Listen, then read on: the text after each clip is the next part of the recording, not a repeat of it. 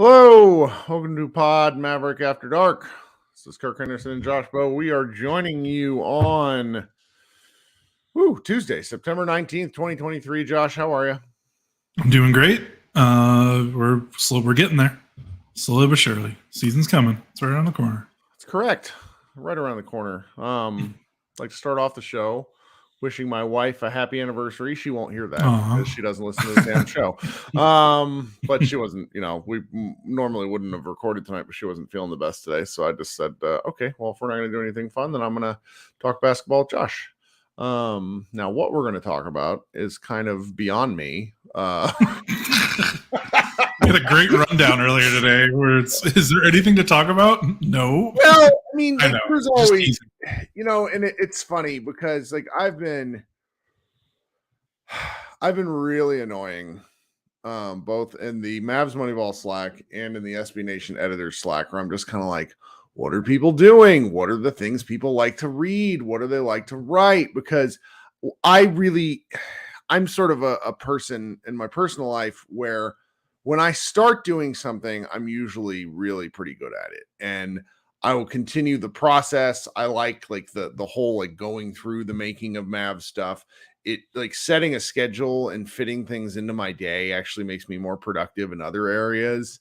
I don't have near as much fun time to watch TV and play video games, but I like doing the Mavs stuff. And so it's juicing myself up to do this the past couple of 3 or 4 days, and really the past 2 weeks as I'm kind of been inching into it, has been entertaining. Because the staff at Mavs Moneyball is it's great. There's 20 people that we have roughly. And it's so great whenever half the people are just it's like the I think you should leave meme where it's is it really, that kind of, people are just not really ready for it. But, it's kind of nice because about 2 hours ago, we actually got the Mavs PR team sent everybody out a note letting them know when Media Day was going to be. And, Media Day is essentially the unofficial kickoff to the season. Now, it's particularly odd just the way the calendar falls. Mavs start training camp on Wednesday, so a week from tomorrow, the 27th, and then they have Media Day on the 29th. And this is going to be, we've kind of touched on it, but this is going to be a weird preseason. Yes. And it's funny, SJ of the aptly named 21 Going on 77 podcast, I get this notification on my phone today. And she says to me, so Kirk Serious Face, when are you going to tell the Twitter timeline what happens to teams that have preseason games overseas?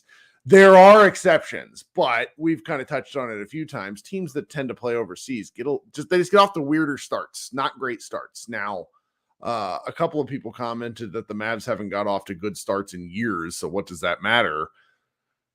Which is really pretty valid point, but I've been thinking about it a lot. This team, for their own sake, not because Jason Kidd's on the hot seat, which he's not, even though maybe he should be based off of last year's record.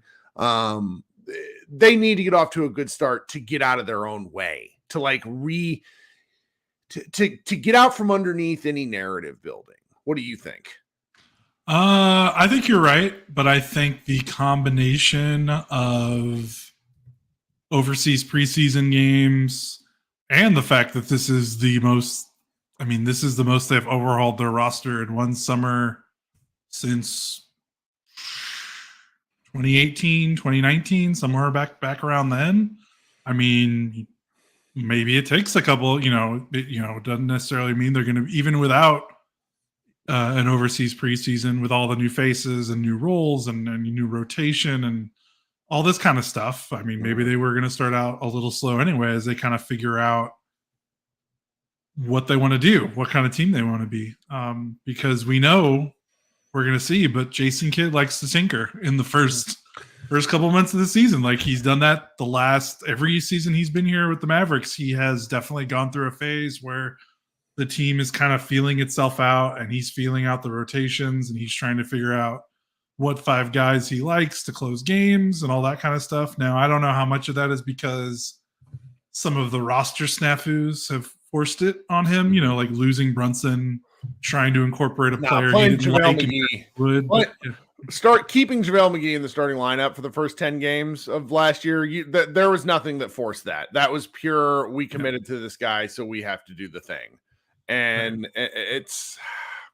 but he does. It was funny. We probably need to have him on to have this kind of greater conversation. But you and frenemy of the show, Matt Moore, of the Action Network, who is approaching all of this from a sports betting point of view. That's important within the context of this conversation. He and I, he started talking to Mavs stuff this morning. One thing led to another, but then he and I kind of talked offline specifically about coaching. And he just said, his theory was that when it comes to coaches, particularly player coaches, and really just coaches in general, is they're not good about letting go of their own preconceived notions. And that becomes players in particular, where it's just like, well, this should work, so we're going to stick with it. And, for as much as Kidd may end up talking about data here and there, I don't think he gives 2 rats ass about any of that sort of stuff. I think he's going to go with what works or what doesn't, and then, try to work it. Once they found the lineup in 21, 22, it's going to take me half the decade to get used to saying these things. It's going to be 25, 26 until I actually realize what decade we're in. Until he found that lineup that worked, and then they just beat it into the ground. Now the challenge of last year's team, the differences in depth and the just kind of the different types of players. I think at least, and you wrote about this Mavericks team has a little more oomph here and there. And I that's where I think the good start is important for the narrative, but also just for their own confidence, because they can't be, I'm sure Luka, Kyrie, those guys are supremely confident. That's not what I mean, but it's everybody else in the roster is a rhythm-based role player. They need some good news. Yeah. If they start slow, there's a difference starting slow when you're coming off a Western Conference final appearance or playoff appearance. And there's a difference to a slow start coming off of one of the most disappointing NBA seasons of all time, not just Mavericks history. I mean, Luka, a guy of Luka's stature at 24 years old, I've said this a bunch, I've written about it. They don't miss the playoffs. Mm-mm. They not only don't miss the playoffs, they don't finish 11th in their conference. So maybe, that's part of it. You don't want the groans, like you said, you don't want the narrative to start up, because I definitely think last year kind of broke. I think we talked about this last podcast. Last season broke, I think, the kind of veneer that was over this team in terms of they couldn't really do no wrong. Because, you like the ascension with Luka. Everything was seemingly going great. Making the playoffs, Luka's awesome. Western Conference Finals. And then finally kind of the magic wore off last season when all their mistakes finally caught up to them. So I think the media is going to be a little bit more accountable, ready to, be more accountable early on, instead of let's just wait and see if they figure it out. I mean, some people are going to be like that no matter what, but it's just going to be, I think people after last season, there's not as much room to make excuses. So, we'll see what they do. But last season, it felt like he was scrambling to find something, because he was just going through all these guys that he knew couldn't, these guys couldn't play. He was just desperate to try to get some type of defensive presence on the floor. And so he just kept cycling through all these guys because they had a limited depth. Now it's almost like the opposite problem, where they have a lot of guys. They don't necessarily have a lot of, top guys, but they have a lot more guys, I think, that are playable than last season. Everyone could objectively agree to that. So now it's just going to be finding the right combination and seeing what works, seeing, what's he going to do with the rookies? We don't know, so we'll see. Well, that's why, and again, that's why talking with people who are not in the Mavs muck every day and who kind of, they knew what they did in the offseason, but then they're kind of just now rediscovering it. I said something to the effect, and our guy, Jordan Brodas is writing about Omax. And I said, I think Omax and Lively are going to have to play if this Mavericks team is going to do anything. And Matt said to me, gosh, are you really counting on rookies? Are you comfortable with that? And I said, of course I'm not comfortable with it. But the options were, and this is why we were also, vehemently pro tank compared to what everyone else says. It's like, if they made the playoffs, they lose that draft pick. And their really only way to improve the team was they probably would have tried to gone and gotten Grant Williams. They might have had some other trade options with picks down the road, but they still would have had Bertans' contract. There was some no Lively, no Prosper, no Holmes. I suppose, and there's some real uncomfortable what if scenarios if you go down that road. And it's this, as I explained to some of our Slovenian followers at the start of draft season, this is why you build slow, and teams with super duper stars literally can never do it. That's the probably Anthony Davis, LeBron James. You go back and look at historically, teams that get all NBA first team talent are simply incapable of being patient, because the guy, and this is kind of the question with Victor Wembanyama, the guy who you get makes you instantly too good to be bad, but you're not. And so it forces all these really difficult team building scenarios. And that's really the challenge with the Mavericks. So of course I'm not thrilled that they're having to rely on rookies, but good Lord, am I excited to see what it's going to look like, just because it's going to be so weird. It'll be different, which is what we've been also preaching for a couple of years. And I've talked all summer about how I at least feel like when it comes to the guys that they've acquired, I may not like Jason Kidd as a head coach. I don't like Jason Kidd as a head coach. I can't sit there and argue otherwise. I mean, we praised him when we got to the Western Conference Finals, but again, that's the best record a team of his has ever had in the regular season. That said, I feel like they have done their best to get him the kind of guys that he clearly wants to play. It's somebody in the chat says, I really feel like the Mavericks, I think it's Cowboy here, says, I think the Mavericks are really too top heavy. I get it. They are too top heavy. But I also feel like they at least have some depth. Like last year, they were top heavy without anybody else to really make it work. And so it's not to use too silly of a phrase, but a lot of the guys in Mavericks have some dog in them. If you'll allow me a little bit of a riff, one of the things that I've been thinking about Derek Lively in comparison to what the United States big man Derek Lively. I've been thinking about this for a while. In FIBA, it was very clear the United States didn't have a big man that was worth a dang. And they're going to have that same problem when they go to France next year, unless they get Embiid, which I desperately do not want. I do not want to root for United States and Joel Embiid. But one of the things I'm thinking about is how in American basketball right now, big men develop later. And when you're younger, you're essentially asked to be a garbage man. Doesn't matter how big you are or how skilled you might be, because of the heliocentric nature of a lot of the youth sports that I see, the guards simply develop faster and more. They get more chances. So to be a big man, you essentially have to commit to being a guy who rebounds, rim rolls, and does the Tyson Chandler stuff. And as effective and as important as that stuff is, it's not sexy. It's not fun. It's not fun. Yeah, especially when you're 13, 14, 15-year-old. Yeah, you that's want right. to do that.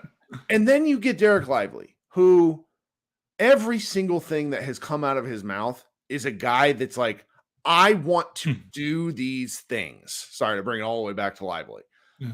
That I just can't help but, even if he's completely full of shit, I just can't help getting excited about it, because did you see that preposterous Willie Cauley-Stein quote from earlier in the week? Because he's going to play in Europe. Did you see this? Oh, I saw it. I can't remember. Something about I don't know, the league did him wrong, or I don't know, something. Wasn't it something like that? I know it was something very silly about. He said, and I quote, "I chose to come to Europe because of the more tactical way of playing compared to the 1v1 basketball that is played today in the NBA, which is conditioned by the player's desire to produce personal statistics. Here in Europe, every game and every ball is important, not like the NBA where all 82 games is equal." And it's just that's the kind of guy Luka's been playing with. Someone who is so full of shit that he says something like that while going overseas. And like to bring it all the way back, the conversation about like, well, is Dwight Powell really going to start? That's kind of the thing where it's just like Matt Moore was talking about that. It's like, yeah, Dwight Powell is going to start again. Mm-hmm. Now, will he start the whole year? I don't know, but I just can't.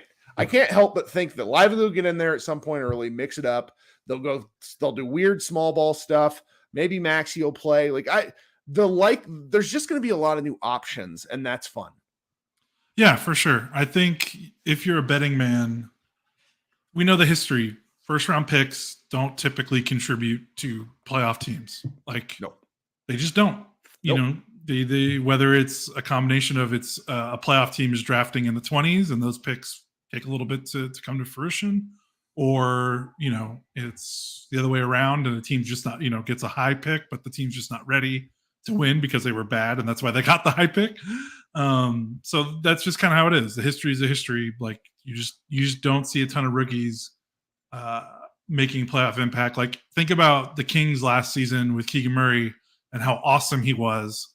And then the playoffs started and he like immediately kind of fell off a cliff. Like he did eventually like kind of rebound and have some good games because, you know, he is a really talented player, but it's just different. Like it's just a process for these guys. Like they just need a year because it's a different game. A lot, you know, like the college basketball game is just getting so much farther from like what the pro game looks like that it feels like they're almost playing like two different sports. Like, and especially with Lively, like Lively, he's going to be asked, you know, to do stuff this season that he was never asked to do at Duke in terms of, you know, setting like, hey, learn how to set a screen. Like Duke never asked him to do that. Again, not Lively's fault. If he can only do what the coaching kind of provides for him at that point. So I wouldn't expect Prosper and Lively to be like, I wouldn't bet on them being like 20-minute. Like if the Mavericks do make the playoffs, I wouldn't expect them to be like 20-minute per game guys. But I'm also with you. If they want to be as improved of a team that they think they can be, they'll need to help in spurts. Maybe Lively isn't the starter day one. Maybe he's not the starter at all season, but maybe he has a 3-game stretch where he feels maybe Dwight Powell twists an ankle and he's able to just step in and give them some quality minutes. You know, maybe Prosper is able to get a couple games, maybe like Luke is resting and he gets some minutes that he normally wouldn't. Like that's the kind of thing that they need. They don't necessarily need the expectation of like, hey, you two need to be like competing for a starting job and be ready to play 30 minutes. They just need to be able to get to a point where when their number is called, that the Mavericks feel like they can get something out of them. You know? Tell me if this is a garbage comparison, because honestly, I was in college during this season, but it was so exciting. The 2003-2004 season where the Mavericks had drafted Josh Howard like 29th, and then they had Markieff Daniels, an undrafted free agent.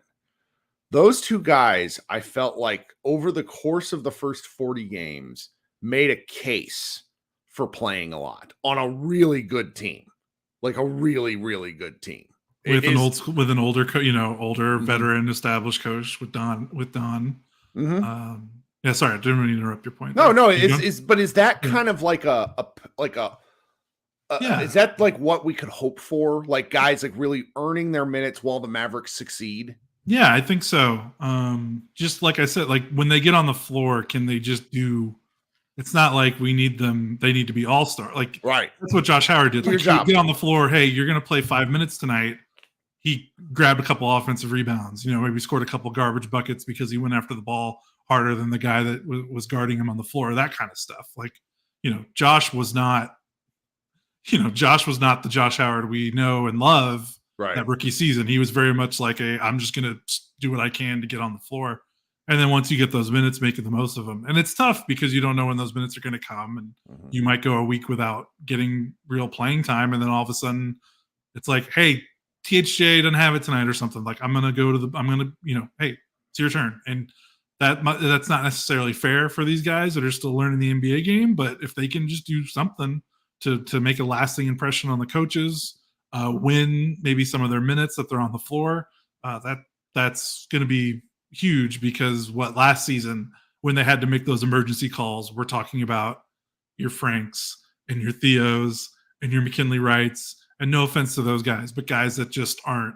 I mean, Lively and Prosper are building blocks. Like it's just it's different. So Absolutely disgusting that was 20 years ago, like literally 20 years ago, not like hyperbolic, like 17-ish year. No, it was 20 fucking years ago. Ugh. Oh God. Josh Howard's an old man now. It's weird. What a crazy, crazy time. All right. So if there was anything else that was kind of really worth talking about, and then we'll probably let everybody go a little bit early. We'll cut you out of class, guys. I was just about to say you sound like a college professor. All right, we'll cut class a little bit early. Is the Mavericks officially signed Markieff Morris? Now, there's a tweet out there, and we don't know how accurate it is because the Mavericks don't really confirm this kind of stuff. There's a tweet out there that his unguaranteed contract, let me go look it up because you write the story there on Mavs Moneyball. I've got the story up if you want me to. Go ahead, yeah. So it's a 1-year, $3.2 million deal. And only according to Michael Scotto, I'm guessing, is it, of Hoops Hype, he says that only $200K of that 3.2 is guaranteed. So literally like nothing, nothing. So if the Mavericks need to move on, there is really no barrier for them to move on from him. So I don't know what to do with this one because the big picture of and we talked about it a little bit, but the big picture of it was, it's their last roster spot. So them signing a guy that Kid really wanted is of interest, but I just can't help but think he doesn't actually make the final roster. Oh yeah, he might not make it to what does he bring? Nothing. Like nothing. I mean, there's veteran voice, but the weird thing is it's like, yes, the Mavericks could use another playable wing, but like look at Morris, like where they've got Maxey, they've got Powell, they've got Holmes, they've got Lively, they've got Prosper, they've got Grant Williams, and they've got Derek Jones Jr. All forwards, big men that play essentially Morris's spot. And it's like he's not a 3. He can't play 3. No, he's only a 4 or 5. So like when is he ever going to play over any of those guys I just listed? Unless there's just a lot of injuries. So or unless there's and my friend Ryan Morton, former used to Reddit Fear the Sword, he talks about his love of like goon type players, like uber physical guys that'll get in and mix it up. Need to go foul someone a couple times. That's one argument, but like here's the thing, and this is really important. I don't like Markieff Morris. I don't like the Morris twins. They're unlikable villain type players. They're on the All the Smoke podcast last week, and I don't really want to give the segments any more airtime, but they ushered 2 controversial, really like they're clips, and that always happens in shows. It's like, oh, this is the thing that so and so said. There were 2 things in there that were not great. And, one of them specifically pertaining to basketball was just like, Jokic is going to get his. And I'm like, I don't want the guy on the Mavericks that wants to hurt the former, the recent MVP. No, get that out of here. Yeah. No, thank you. Like, and this might have been the 04-05 season, but like the Mavericks once had a center by the name of Danny Fortson. Oh yeah. He started the season at center. He was a goon of all goons. Just incredibly physical and pretty, if we're candid, 19 years later, he was dirty. I'm not interested in that. I'm just not. I want guys that are willing to protect Luka, but not hurt people. And I'm sorry, like, my view of that thing when Morris got hurt by Jokic and Jokic did hurt him, it was the fuck around and find out scale. Okay. And Morris found out and, Jokic cheap shotted him, but it was in retaliation. So I'm just like, I don't want it. None of that stuff belongs in basketball. I don't want any of that. So it's like, oh, he's going to get his. That bothered me. Yeah, I understand. But luckily he's probably not going to get on the floor to actually. Right. Yeah. You hope so. You hope so. It's like, and so at that point it's like, well, what does his veteran voice bring? Like, is he a winner in any shape or form? What situations has he been in where it's like, oh, we really need Markieff Morris? He's been in that trench, the proverbial trench, the fighting. And I'm just like, no, like he is No. L7 weenie. Yeah.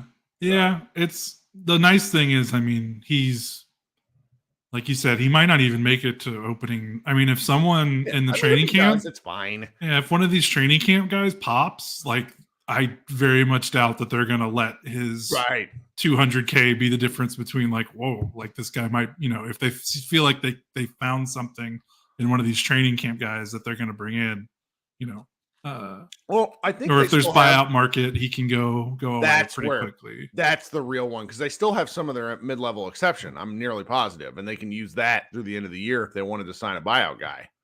Yeah, I think so. So that's probably what they do. Yeah. Yeah. I didn't even. Or maybe he's trade filler. 3.2. No, 3.2. That's on a paper contract. That's a good point. Yeah, and then the other team can waive him and not feel bad about it wherever he gets traded. So maybe that's part of it.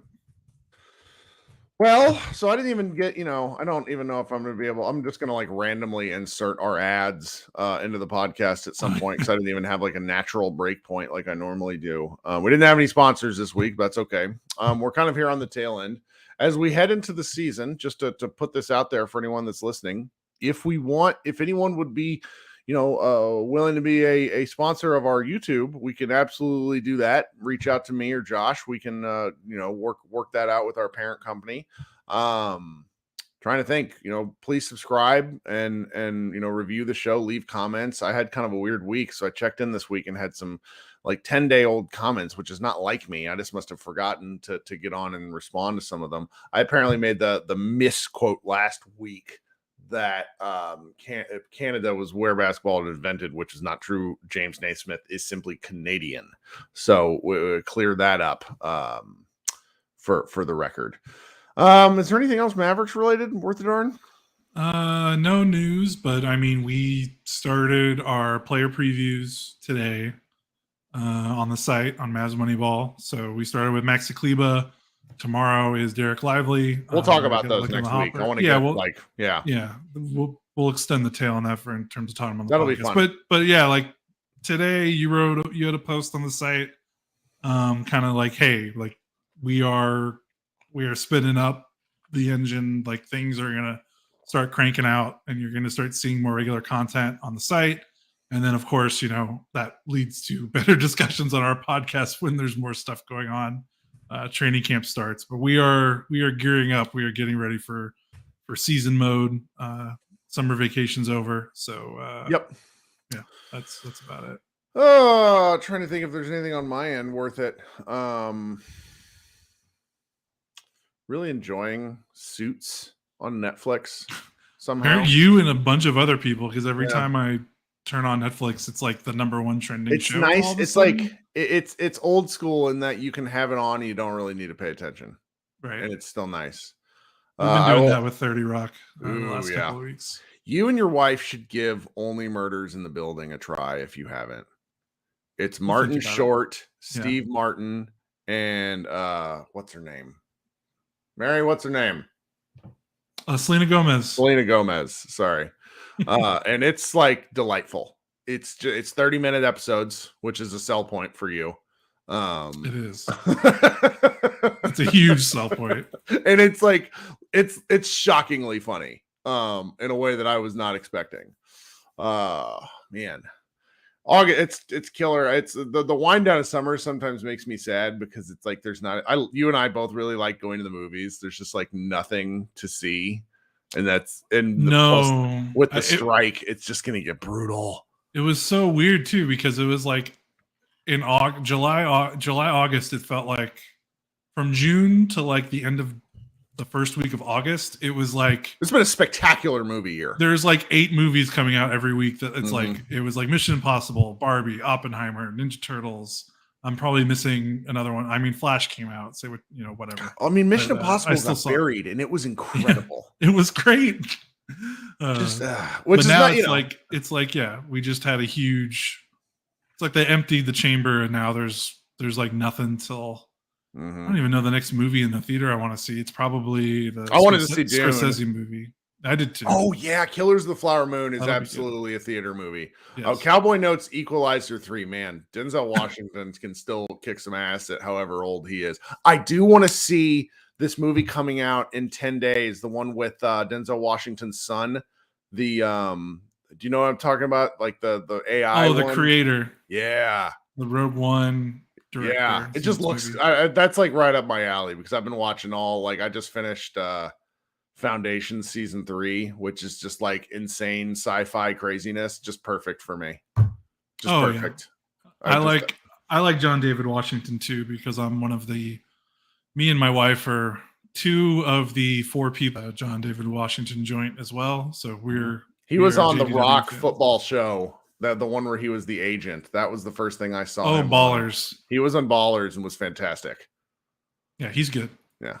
Doesn't look like his dad though.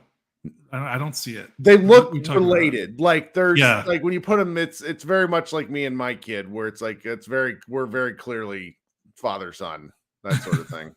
Trying to think if there's anything else that's worth a dang. The fact that there's this an accidental dump by the United States government today of like millions of documents about their lawsuit against Microsoft for the merger. Did you see the government came out though and was like, hey, this is what Microsoft said us. Like it's so like because they're supposed to. Like that's how discovery works in a case. No, I know. But Microsoft's supposed to redact, like they're the government's not the ones who's supposed to redact it. Well, so because lots of stuff wasn't worthy of redaction. But like anyway, the thing that's going to end my life, like if I just disappear, the fact that that Microsoft and Bethesda is attempting to remaster both Oblivion, so Elder Scrolls 4 and Fallout 3, like you will lose me. I will simply just disappear into the ether, and you're going to have to do this shit by yourself. It's going to be bad. All right. Anyway, I'll get ready for it. Oh, guys. One of the games was I know those are for you, but the one that caught my eye was Doom Year Zero. And there's rumors that it's like, okay, maybe it might be a remake of the first Doom, but with like the tech and the fidelity of like the Doom, like the recent Doom games that have come out. And I'm like, all right. So you'll get lost to that. I'll get lost to that one. And then, the site will just implode on itself. Leo, our man Leo in the chat says the fact that Microsoft even talked about trying to buy Nintendo sent me into a Kirk level fury. It's just yeah.